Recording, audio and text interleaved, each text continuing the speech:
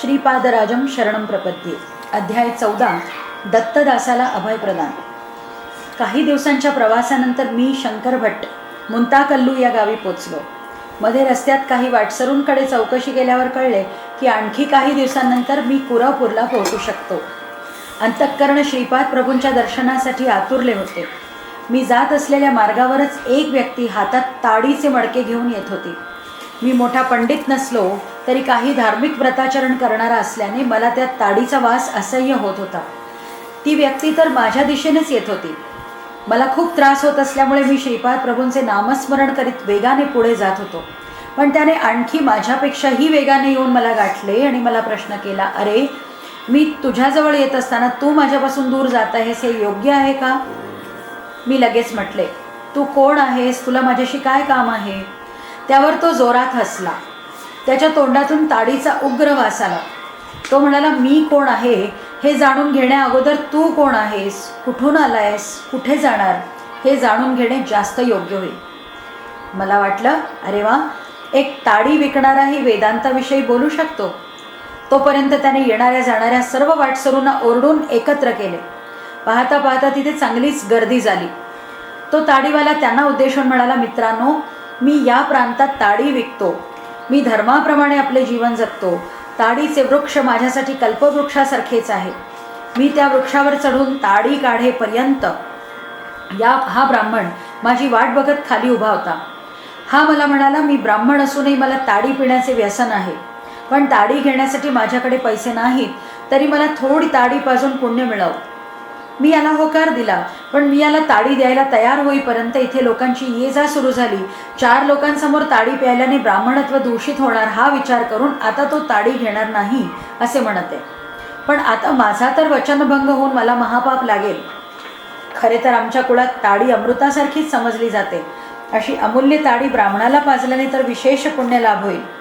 माझ्या आशेवर याने पाणी फिरवले आहे. हे पूज्य लोक हो, आता तुम्हीच या ब्राह्मणाला धर्मोपदेश देऊन या पापातून माझे रक्षण करा.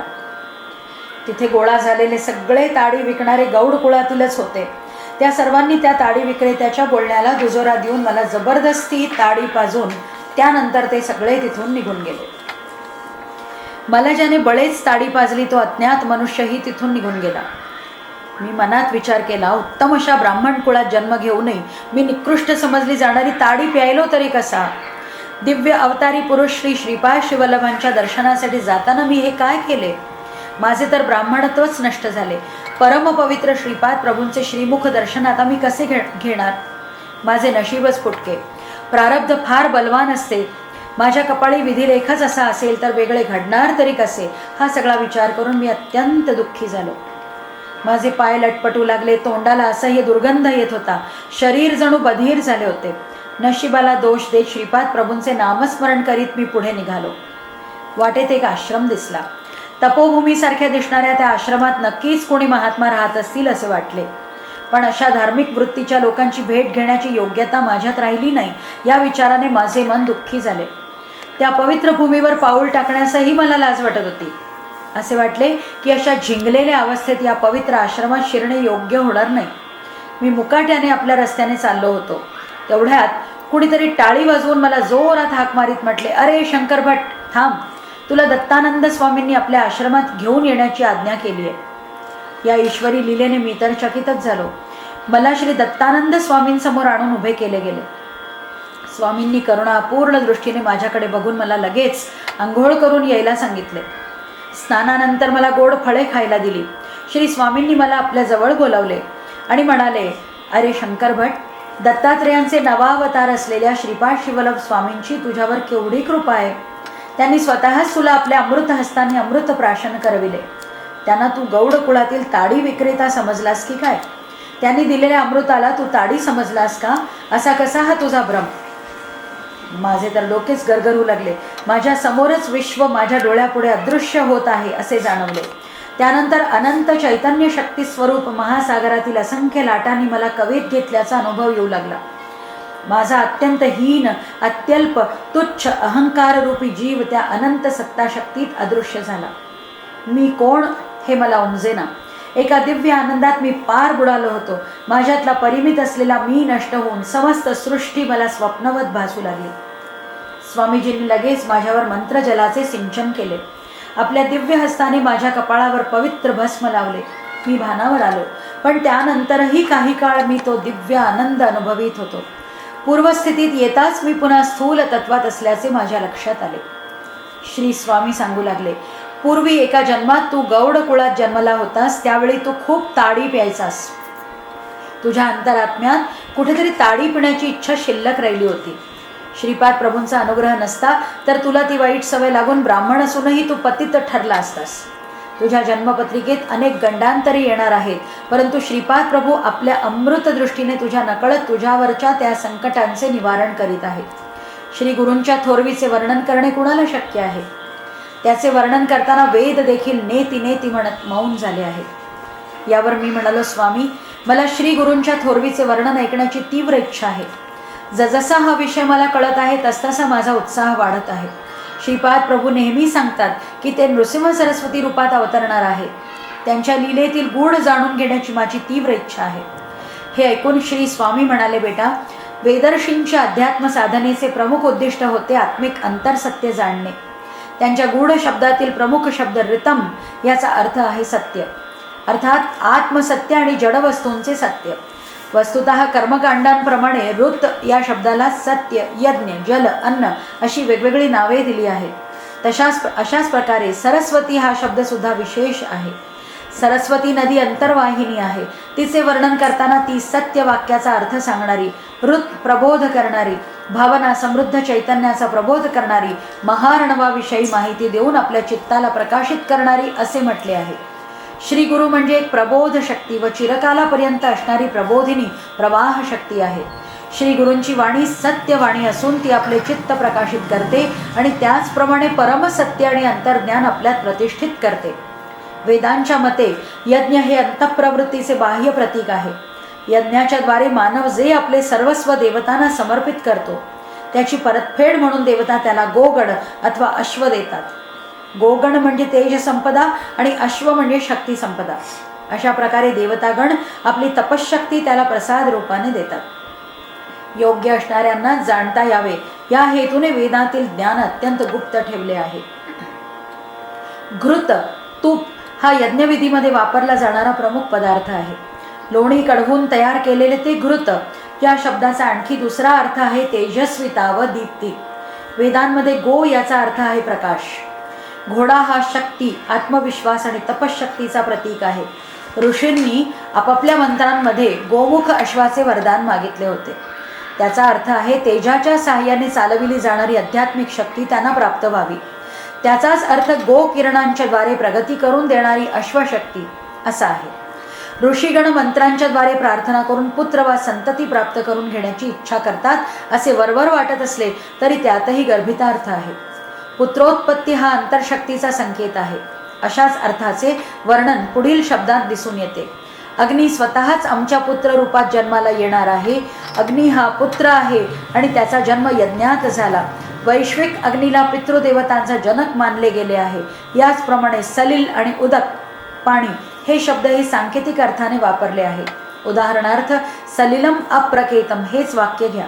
त्याचा अर्थ आहे चैतन्यरहित समुद्र किंवा दैवत्व अंतर्लीन असलेला जड तमोरूपी समुद्र.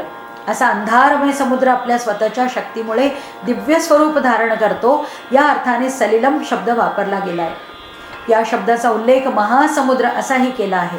ऋषींनी एका सूक्तामध्ये म्हटले आहे की सरस्वती आपल्या अंतस्थ ज्ञानकिरणांनीच ऊर्ध्व सलिल अशी आपल्याला दिसते. वेदांमध्ये उल्लेखिलेल्या सप्तस्त्रोतस्विनीचा ही एक गर्भितार्थ आहे. ती स्वर्गाचे ऐश्वर्य आहे. पराशर महर्षींनी सलिलात उपस्थित असलेल्या ज्ञानाला विश्वप्राण म्हटले जाते असे सांगितले आहे. गो हरण करणाऱ्या डाकूंना वृत्र किंवा दस्यू म्हटले आहे. परमसत्य आणि ऊर्ध्व चैतन्य यांना आच्छादित करून गुप्तपणे आपल्या स्वाधीन ठेवणारा राक्षस म्हणजे वृत्र होय. अशी नीच कृत्ये करणाऱ्या शक्ती म्हणजेच वृत्र, तेच दस्यू आणि त्याच तमोगुणी शक्ती आहेत. सत्य आणि ज्ञानाचा शोध घेणाऱ्या लोकांचे ते प्रबल विरोधक असतात. औदुंबर वृक्षाला दिलेले वरदान. नरसिंह सरस्वती अवतार महिमा.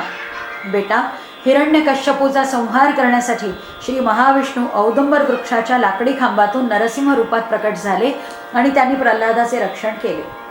प्रल्हाद राजा झाला. काही काळानंतर दुभंगलेल्या त्या खांबाला नरसिंह देवता प्रकट झाल्यामुळे पालवी फुटून पुढे त्याचे औदुंबराच्या वृक्षात रूपांतर झाले. प्रल्हाद विस्मित होऊन त्या औदुंबर वृक्षाची पूजा करू लागला. प्रल्हादाला एकदा औदुंबराच्या वृक्षाखाली ध्यानस्थ अवस्थेत बसलेल्या दत्तात्रेयांनी दर्शन दिले आणि ज्ञानबोध दिला. प्रल्हादाची द्वैत सिद्धांताविषयीची आसक्ती जाणून दत्तप्रभूंनी प्रल्हादाला आशीर्वाद दिला की कलियुगात यतिवेशधारी होऊन तो दीनजनांचा उद्धार करेल व द्वैत सिद्धांताचा प्रचार करेल. परमपवित्र औदुंबर वृक्षाने मनुष्याकार धारण करून श्री दत्तप्रभूंच्या चरणकमलांवर नतमस्तक होऊन मला सुद्धा वर द्या अशी प्रार्थना केली. तेव्हा श्री दत्तात्रेय प्रभूंनी वचन दिले की प्रत्येक औदुंबराच्या मुळाशी सूक्ष्म रूपात त्यांचा निवास असेल. त्या वृक्षाच्या खांबातून नरसिंहदेव प्रगट झाल्यामुळे कलियुगात ते नरसिंह सरस्वती या नावाने अवतरित होतील. पैंग्य संहितेमध्ये हे वर्णन आहे. हे पैंग्य ब्राह्मण फक्त हिमालयातील सप्त महर्षींची तपोभूमी असलेल्या शंबल ग्राम परिसरातच आहेत. इतर ठिकाणी ते उपलब्ध नाहीत. देव आहे की नाही असा प्रश्न उद्भवताच ते तिथे आहेत हे दाखविण्यासाठी त्याने निर्जीव खांबातून जो भावावेशातील अवतार प्रकटला तो क्रुद्ध अवतार म्हणजे श्री नरसिंहस्वामी. अशाच प्रकारे कलियुगात अशुद्ध मनाचे लोक देव आहे की नाही अशा विपर्यस्त वादात पडतील तेव्हा परमेश्वर श्री नरसिंह सरस्वती या नावाने अवतरित होऊन आपले अस्तित्व सिद्ध करतील आणि प्रल्हादासारख्या आपल्या भक्तांचे रक्षणही करतील. त्यानंतर मी स्वामींना विचारले, स्वामी तुम्ही श्री पीठिकापुरम येथील श्रीपाद प्रभूंचे दर्शन घेतले आहे का? त्यांच्या बाललीलांचे वर्णन ऐकण्यासाठी माझे मन फार उत्सुक आहे. श्रीपाद प्रभूंचा महाचमत्कार. स्वामींनी सांगितले, लहानपणी मला स्पष्ट बोलता येत नसत. मी तोत्रे बोलत असे, त्यामुळे लोक माझी थट्टा करीत. त्यातच मला एक अनामिक रोग जडला. 5 वर्षात तर तो आजार वाढून खडतर झाला. 1 वर्षाच्या काळात 10 वर्षे उलटल्याप्रमाणे वाटत होते. मी 10 वर्षांचा झालो तेव्हा माझ्यात 50 वर्षांचा असल्याची लक्षणे दिसू लागली. त्यावेळी बापन्नार्युलू पीठिकापुरात यज्ञ करीत होते. ब्राह्मणांना अत्यंत उदारतेने धन आणि दक्षिणा दिली गेली. अनेक लोकांकडून श्रीपाद प्रभूंच्या लीलांचे वर्णन ऐकून माझे वडील मलाही यज्ञासाठी घेऊन गेले. त्यावेळी श्रीपाद प्रभूंचे वय 6 वर्षांपेक्षा जास्ती नव्हते. यज्ञासाठी लागणारे तूप जमा करून ठेवले होते. ते तूप सांभाळण्यासाठी एका वयस्क ब्राह्मणाच्या स्वाधीन केले होते. तो ब्राह्मण नुसता कृपणच नाही तर अतिशय लोभी सुद्धा होता. त्या तुपातील 1/4 भाग घरी लपवून ठेवून उरलेला 3/4 भाग तो यज्ञासाठी आणत असे. यज्ञ सुरू झाला. यज्ञ करणाऱ्या पुरोहितांच्या लक्षात आले की हे तूप पुरेसे नाही. पण त्यावेळी ब्राह्मणांना वाटले इतक्या लवकर आणि पुन्हा तूप तयार करणे सोपेही नव्हते. यज्ञात असे विघ्न आल्याने सर्वांना दुःख झाले. श्री बापन्नार्युलूंनी श्रीपादांकडे शांत मुद्रेने पाहिले. तेव्हा श्रीपाद प्रभू म्हणाले, काही चोरांनी आपल्या सत्तेचा अधिकार गाजवून माझे धन चोरण्याचा विचार केला आहे. माझ्या नावाने पीठिकापुरात मोठा दरबार निर्माण होणार आहे. मी या चोरांना त्या दरबारात येऊ देईन, पण ते चोरलेले धन घेऊन बाहेर येतील तेव्हा मी दरवाजाजवळ गुप्त रूपाने उभा राहून मोठ्या काठीने त्यांना मारीन. त्यामुळे त्यातील काही लोक तर घटनास्थळीच मरतील. अन्य काही चोरलेले धन तिथल्या तिथेच सोडून तिथून पळून जातील. शनिदेव ज्येष्ठादेवीसह त्या चोरांच्या घरी राहतील अशी मी त्यांना आज्ञा करतो. श्री प्रभूंच्या बोलण्याचा अर्थ कुणालाच कळला नाही. कदाचित ते भविष्यातील घडणाऱ्या एखाद्या गोष्टीबद्दल बोलत असावे असे सर्वांना वाटले. मग श्रीपाद प्रभूंनी त्या वृद्ध ब्राह्मणाला बोलवून ताडपत्रावर असे लिहून दिले की हे गंगा माते, यज्ञ संपन्न करण्यासाठी आवश्यक तूप आम्हाला द्यावे. तुझी उधारी माझे आजोबा व्यंकटप्पय्या श्रेष्ठी भरून देतील ही श्रीपाद प्रभूंची आज्ञा आहे. हे पत्र त्यांनी श्रेष्ठींना दाखवले. त्यांनी ते मान्य केले. त्या वृद्ध ब्राह्मणाबरोबर आणखी 4 ब्राह्मण पादगया तीर्थावर गेले.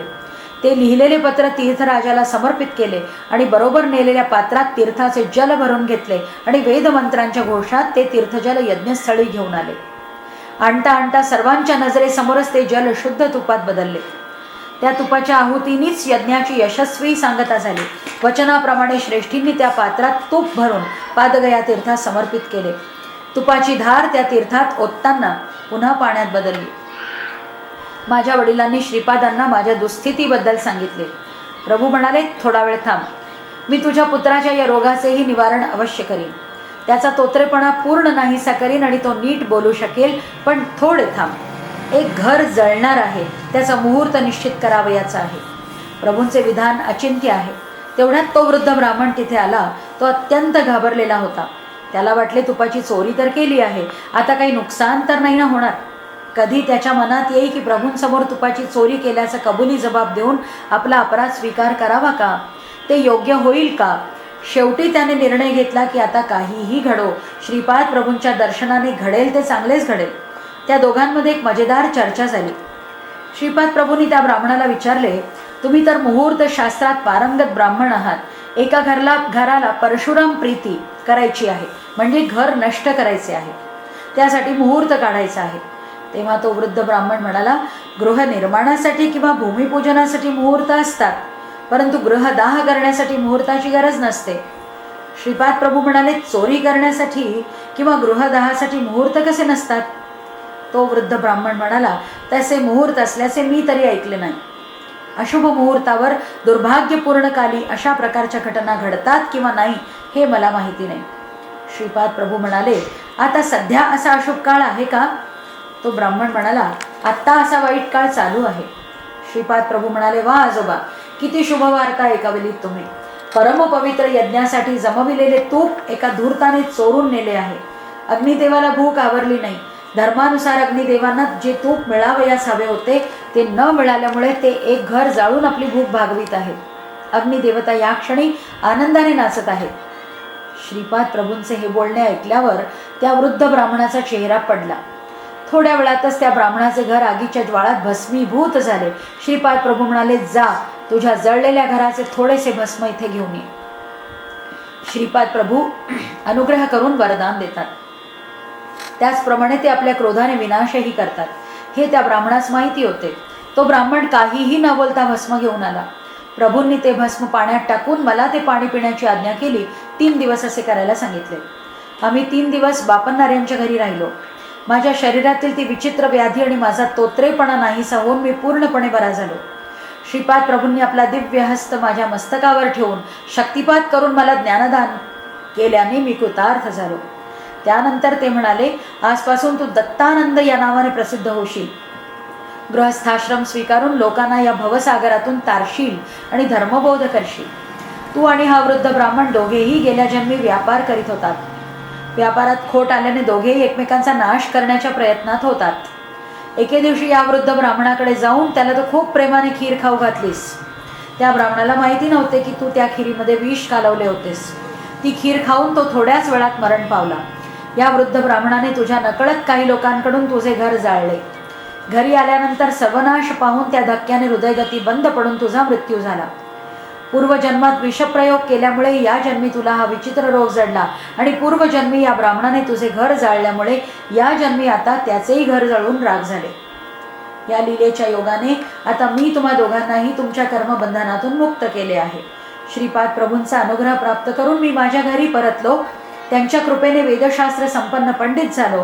त्या वृद्ध ब्राह्मणाला नरसिंहवर्मांनी नवीन घर बांधून दिले. श्रीपाद प्रभूंच्या कृपाप्रसादाने दोघांच्या कर्मबंधनाचा विच्छेद होऊन दोघांचे भले झाले. श्रीपाद प्रभूंच्या लीला अत्यंत दिव्य आहेत. त्या वृद्ध ब्राह्मणाला नवे घर मिळाले. माझा आजार नाहीसा झाला. तोत्रेपणा बरा झाला आणि मी विद्वान झालो.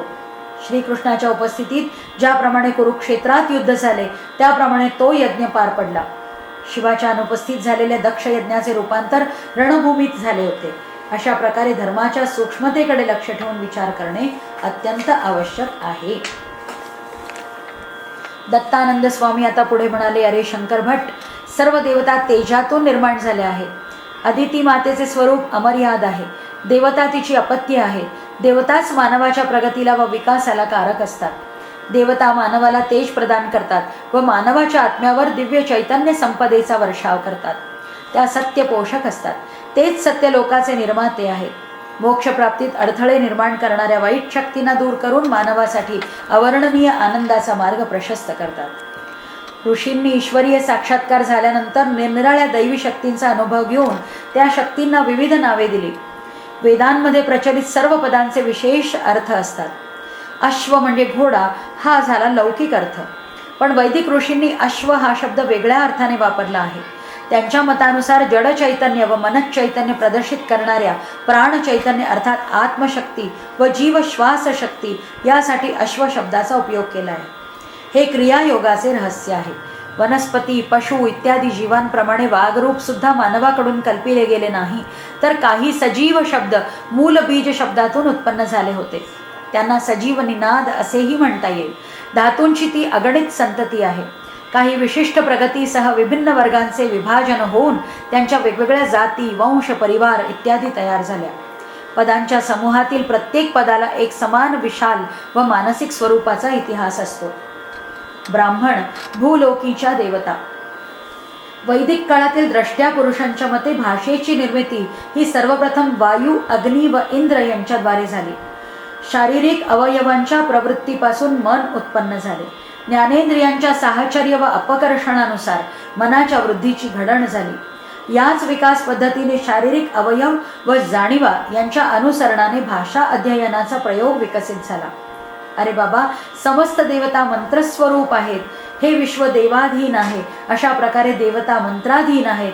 ते मंत्र सद्ब्राह्मणांच्या अधीन आहेत. म्हणून ब्राह्मण या भूमीवर देवता समान आहेत. सुरुवातीला सर्वसाधारणपणे मर्यादित स्वरूपाच्या प्राथमिक आवश्यक भावांच्या अनुभवांसाठी मानवाला शब्दांचा उपयोग होऊ शकतो. प्रकाश, गमन, स्पर्श, शीतोष्ण प्रसरण, बलप्रयोग, गती इत्यादी पंचेंद्रियांनी ग्रहण केलेले भाव हे प्राथमिक भाव आहेत. तथापि मानवाच्या बुद्धीच्या विस्ताराबरोबर भाषेतील विचारांची विविधता आणि निश्चयात्मकता हळूहळू वाढीस लागते. याचा अर्थ आहे की भाषेची प्रगती अस्पष्टतेतून तीव्र निश्चयात्मकतेकडे, भौतिक वस्तूंपासून मानसिक वस्तूंपर्यंत, ज्ञात गोष्टींपासून अज्ञात गोष्टींपर्यंत होते. पवित्र ग्रंथ पठन विशेष फलदायी. पवित्र ग्रंथांचे पठन विशेष हितप्रद असते. श्रीपाद प्रभूंच्या चरित्र लिखाणासाठी तुझी नेमणूक झाली आहे. तू जरी ते चरित्र संस्कृत भाषेत लिहिलेस तरी श्री प्रभूंच्या मातृभाषेत म्हणजे तेलुगू भाषेत कालांतराने त्याचा अनुवाद होईल. अनुवादित ग्रंथाच्या व मूल ग्रंथाच्या पठनाचे फळ सारखेच असेल. श्रीपाद प्रभूंचे चरित्र कोणीही कोठेही पठण केल्यास श्रीपाद प्रभू स्वतः त्या ठिकाणी सूक्ष्म रूपात राहून ते श्रवण करतात. याविषयी मी तुला एक गोष्ट सांगतो, लक्ष देऊन ऐक. श्रीपाद 7 वर्षांचे झाले. त्यांचा वेदोक्त विधीने उपनयन संस्कार झाला. त्या काळात संपन्न गृहस्थांच्या घरी अशा प्रकारचा कार्यक्रम असल्यास चोहीकडे अत्यंत आनंदाचे वातावरण असे. बापन्नार्युलूंच्या आनंदाला उधाण आले होते, पण दत्तदासासारख्या नीच जातीच्या भिक्षुकाला त्या भव्य समारंभात प्रत्यक्ष हजर राहून तो सोहळा पाहणे शक्य नव्हते. याचे एकमात्र कारण म्हणजे त्याचा नीच जातीत झालेला जन्म. दत्तदास यांनी आपल्या सर्व जाती बांधवांना आपल्या घरी बोलवून सांगितले की तो त्यांना श्री दत्तचरित्र सांगेल. ते सगळे मोठ्या उत्सुकतेने दत्तदासाच्या घरी पोचले. दत्तदासांनी अशा प्रकारे श्री दत्तचरित्राचे निरूपण करायला सुरुवात केली. ते म्हणाले, पूर्वयुगात अनसूया व अत्री महर्षी या परमपावन दाम्पत्याला एका पुत्र रत्नाशी प्राप्ती झाली. त्याचेच नाव दत्तात्रेय असे ठेवले होते. तेच परमज्योती दत्तात्रेय सध्या या कलियुगात श्रीपाद श्रीवल्लभ या रूपाने पीठिकापुरममध्ये अवतरलेले आहेत. त्या महाप्रभूंचे आज उपनयन झाले. उपनयनानंतर दिव्य तेजस्वी असलेले आपले प्रभू अधिकच तेजपुंज दिसू लागले. अशा दीनजनोद्धारक असणाऱ्या प्रभूंचे नित्य मंगल होऊ दे. दत्तदासांकडे श्री गुरूंबद्दल यापेक्षा अधिक वर्णन करण्या इतकी विद्वत्ता नव्हती. तीच कथा ते पुन्हा पुन्हा सांगत होते आणि श्रोते तन्मय होऊन ती ऐकत होते. अशा प्रकारे ही कथा त्यांनी 53 वेळा सांगितली. श्रीपाद प्रभूंची अमृतदृष्टी दत्तदासावर पडली. उपनयनानंतर श्रीपाद प्रभू तिथे असलेल्या ब्राह्मणांना म्हणाले की ते लगेच मालदासरीच्या घरी म्हणजे नीच जातीतील भिक्षूच्या घरी जाणार आहेत. तिथे जाण्याचे कारण विचारले असता प्रभू म्हणाले, विशुद्ध अंतःकरण असलेला दत्तदास माझे चरित्र सांगत आहे. त्याने एकदा सांगितलेला कथाभाग म्हणजे 1 अध्याय असे मानले तर 53 अध्याय पूर्ण झाले आहेत. माझ्या चरित्रातील 53 अध्याय श्रद्धेने पूर्ण करणाऱ्याला देण्यासाठी असलेले सद्य फलित लगेच त्याला द्यायचे आहेत. त्यासाठी मी दत्तदासाच्या घरी जात आहे. श्रीपाद प्रभूंच्या भक्तवात्सल्याला जाती व कुळाचा भेद नाही. श्रीपाद प्रभूंना दत्तदासांकडे जाण्यासाठी ब्राह्मणांनी अनुमती दिली नाही.